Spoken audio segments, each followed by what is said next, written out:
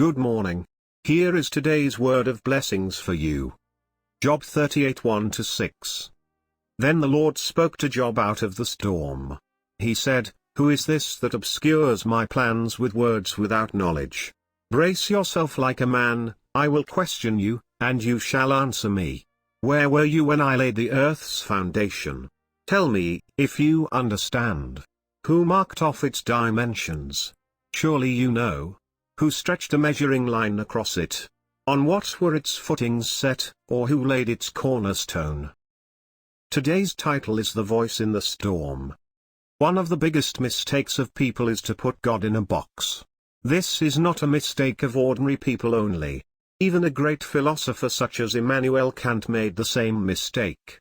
He said that man should devote to things that can be reasoned within the framework of the human mind.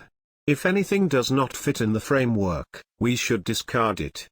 This is a very rough representation of Kant's philosophy. But that's the main idea. The result is that he removed God from man because God doesn't fit in the framework of human reason. I am not sure whether that was what Kant intended or not. But it is clear that such a man-centered mindset influenced the humanistic Western culture.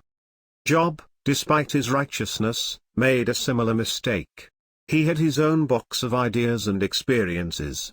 He tried to understand God through his own framework of experiences.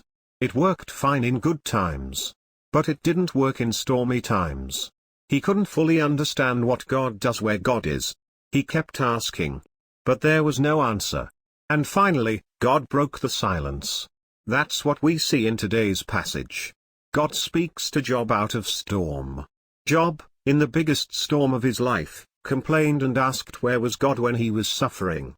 God's voice in the storm says that he was there with him all the time. God says, he was there before Job was. He will be there after Job. Basically what God said to Job was, why do you attempt to put me in your tiny box? I can never fit in there. But I love you. I care for you. What's your impression of this scene? Do you get the message? I am sure you do. Yes, our God is awesome God. He is the creator, controller, and caretaker. We may see and feel him. Or we may neither see nor feel him.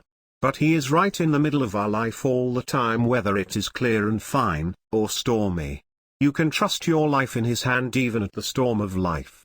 He is there, all the time. Amen.